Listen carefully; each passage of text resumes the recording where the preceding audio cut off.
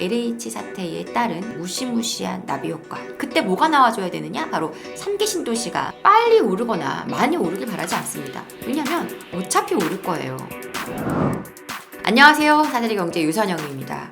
네, 오늘은요 조금 심각한 이야기를 하려고 합니다. 우리가 지금 눈앞의 문제들만 볼 것이 아니라는 생각이 들어서 오늘은 이야기를 꼭 전해드리고 싶어서 좀 간단하게 여러분과 얘기 나눠보려고 하는데요.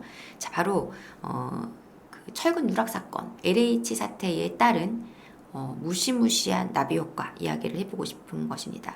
자, 여러분들이 다 아시는 것처럼 LH 사태로 인한 어떤 아파트 가격 분양가 상승은 우리가 충분히 예견할 수 있는, 예측할 수 있는 문제입니다. 이미 그런 얘기는 드려왔었고요. 그런데 제가 지금 주목하는 것은 그 문제가 아닙니다. 제가 생각하는 것은 바로 3기 신도시 문제를 얘기를 드리고 싶은 건데요. 자, 이 공사비 문제는 여러분들도 다 아시는 것처럼 이미 꼭 LH 사태가 아니더라도 여러 가지 대외적인 상황, 금리 인상 그리고 고금리 상황 속에서 뭐 인건비 그리고 자재값 상승 등등으로 인해서 이미 문제가 되고 있습니다. 그래서 이 공사비 문제로 인해 지금 대다수의 서울 수도권의 공급으로 이루어지는 것들은 정비 사업이니까 이 정비 사업들도 지금 원활한 공사 진행이 안 되는 경우들이 많죠. 왜냐하면 건설사에서는 공사비를 인상해달라. 조합에서는 추가적인 부담은 너무 많다. 이거는 우리가 감당할 수 없다. 이러면서 서로 이제 갈등을 빚다가 어떤 건설사와의 계약이 파기되는 이런 상황들도 나오고 있습니다. 그런데 여기 더해서 철근 누락 사건까지 터지면서 좀 더 깐깐한 어떤 감리 그리고 이 공사에 대한 어떤 감독 비용이라든가 이런 것까지 이렇게 추가되면서 공사비 인상은 불보듯 뻔한 상황이 되어 있습니다. 그래서 그 많은 분들이 그건 예상하고 있어요. 자, 그런데 왜 3기 신도시 문제가 불거질 수밖에 없겠나? 자, 우리는 이미 2021년도에 이 3기 신도시의 문제를 LH 스스로 발목 잡았던 사건을 기억하고 있을 겁니다. 바로 땅 투기 사건이었죠. LH에서 3기 신도시로 택지 지정이 될 지역들의 직원들이 직접 땅을 매입하는 이런 상황이 발생을 한 것을 이제 발생한 것들이 밝혀지면서 정말 그야말로 전 국민의 공분을 샀던 그런 사건이었었죠.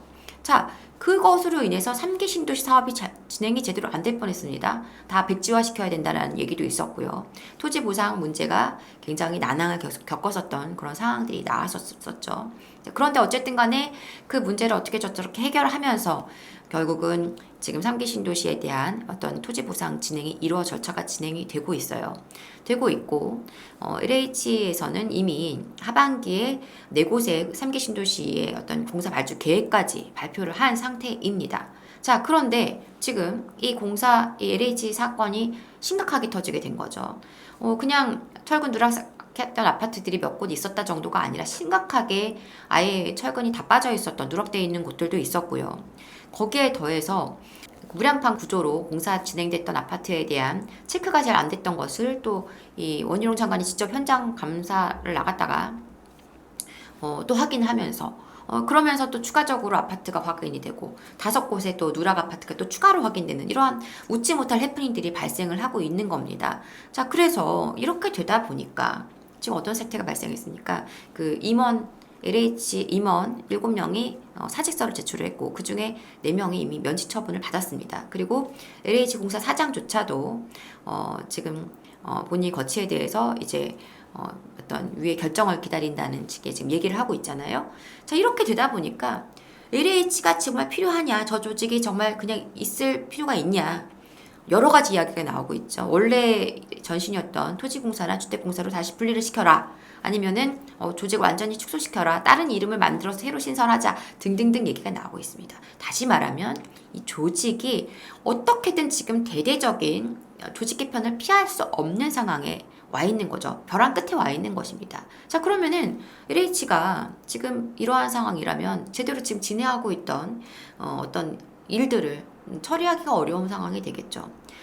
이 3기 신도시는 공공택지 개발 사업이잖아요. 공공택지지구 개발 사업이다 보니까 LH에서 주체적으로 다 이 일을 처리를 해야 하는데 그 주체가 지금 여러 가지 상황 속에서 조직이 다 막 와야 될 상황에 와 있단 말입니다. 자, 그러면 3기 신도시 사업 제대로 갈 수 있을까요? 물론 LH에서는 우리는 그걸 다 지켜가면서 할 거다라고 하지만 조직의 어떤 뭐 임원들이 계속 갈리고 바뀌는 상황 속에서 당연히 3기 신도시 사업은 순탄하게 가기는 매우 어려운 상황으로 가고 있다. 그래서 지금 진행하려던 것들이 사업이 밀릴 가능성이 상당히 많아요. 자, 그리고 거기에 그뿐만의 문제가 아니죠. 자, LH에서 만약에 공사 발주를 한다고 해도요.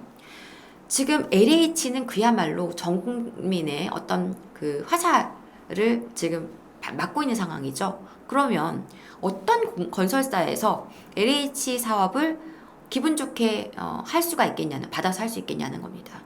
뭐 모든 상황들이 엄청난 깐깐한 어떤 감리 감독을 할 것이고 사업에 따른 어떤 그런 모든 절차들을 다 감시하고 볼 텐데 그러한 어떤 날카로운 어떤 감시 감독을 받으면서 돈도 많이 안 주죠. LH 사업은 별로 사업성이 수익성이 안 나오는 사업인 경우가 대부분이다 보니까 비용을 많이 줄이면서 들어가야 되는데 가뜩이나 그런 상황 속에서 이제 공사에 대한 철저한 감시 감독까지 받는다.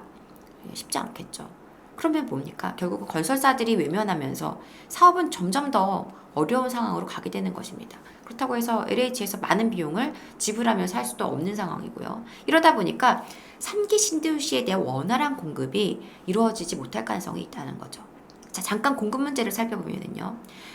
내년은요, 서울에서 이 통계를 낸 이후로 최소의 입주 물량이 있는 해입니다. 공급이 너무나 부족하다는 거예요. 1990년도부터 통계를 집계를 했는데 집계 일에 최소의 입주 물량 그리고 2025년에 물량이 조금 있기는 합니다만 그것도 지금 순탄하게 제대로 입주가 될까? 왜냐하면 공사비 문제가 계속 지금 대두되고 있다 보니까 그런 상황입니다. 그러면 2025년에 입주 물량이 뭐 조금 밀려서 2026년으로 나눠질 수도 있겠지만 어쨌든 그 물량이 다 들어온다 하더라도요. 문제는 그 다음이에요. 다 물량이 또 없습니다.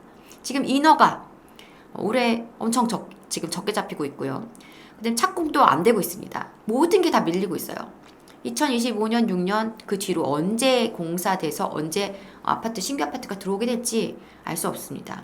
거기다가 수도권, 인천, 경기도요. 지금 2025년까지는 물량이 많지만 2020 물량의 어떤 양이 계속 감소하고 있고요. 그 양이 줄어서 2026년 물량 없습니다. 이제 그 이후로는 서울, 수도권 모두 수도권의 물량 자체가 부족한 상황이 돼요. 그때 뭐가 나와줘야 되느냐? 바로 3기 신도시가 그 공급의 부족한 부분을 채워가면서 어떤 공급의 균형을 맞춰줘야 되는 것입니다. 근데 이 3기 신도시 문제가 생긴다. 가뜩이나 지금 뭐 여러 가지 토지 보상 문제라든가 이런 것들이 원활하게 진행이 생각보다 빠르게 안 되고 있어서 뭐 한 2027, 8년 지나야 저는 공급이 어느 정도 좀 채워지는 느낌이 드는 건 한 30년 넘어가야 될 거라고 생각하고 있는데 그때까지도 안 될 가능성이 있다라는 겁니다. 심각한 상황으로 가는 것이죠. 네, 지금 우리 아파트 시장을 가만히 그 어떤 시장의 시세들을 보면은요, 어떤 흐름을 보면은 공급이 극하게 부족했던 시점에서는 가격이 무조건 올랐습니다. 자, 지금 앞으로 이제 그런 시장을 우리가 만날 가능성이 매우 높아요.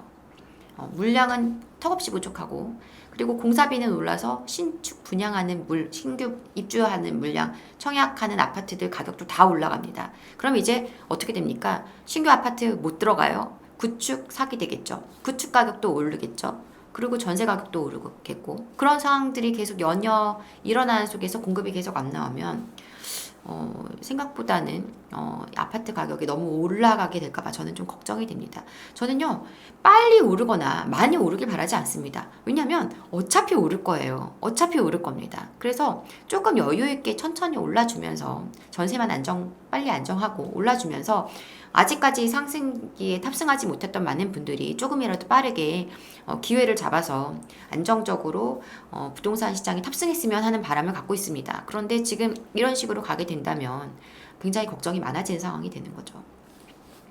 지금 우리는 뭐 이제 바닥을 쳤네, 이제 뭐 조금씩 회복하네, 얼마가 올랐네, 전세가 조금씩 이제 회복하고 있네, 이런 얘기들을 하고 있지만 사실은 그런 와중에도 뭐 계속 뭐 또 제2차 폭락이 나온다 얘기들을 하고 있지만 사실은 시장을 조금 길게 보고 한 2년, 3년, 5년 뒤를 바라본다면 어떤 무서운 일이 기다리고 있을지 저는 좀 걱정이 되는 상황입니다.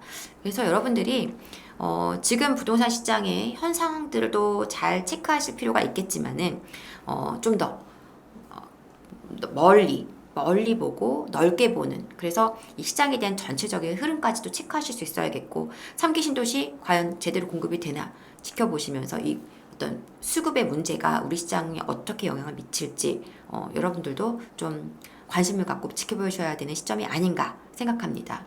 자, 이러한 상황 속에서 우리가 좀 더 현명한 대응을 하려면 앞으로 공급이 부족할 때, 공급이 채워졌을 때 과연 그 가치가 극대화되는 곳은 어딘가, 이러한 생각들을 함께 좀 해보신다면 좀 더 장기적으로 이 시장에 대응할 수 있지 않을까라는 생각을 함께 말씀을 드려봅니다.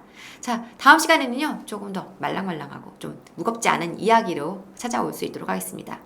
내일은 또 라이브 있으니까요. 9시, 화요일 밤 9시 진행되는 부동산 라이브 시간도 함께 해주시기 바라고요. 저는 이만 물러가도록 하겠습니다. 여러분을 늘 응원합니다. 감사합니다.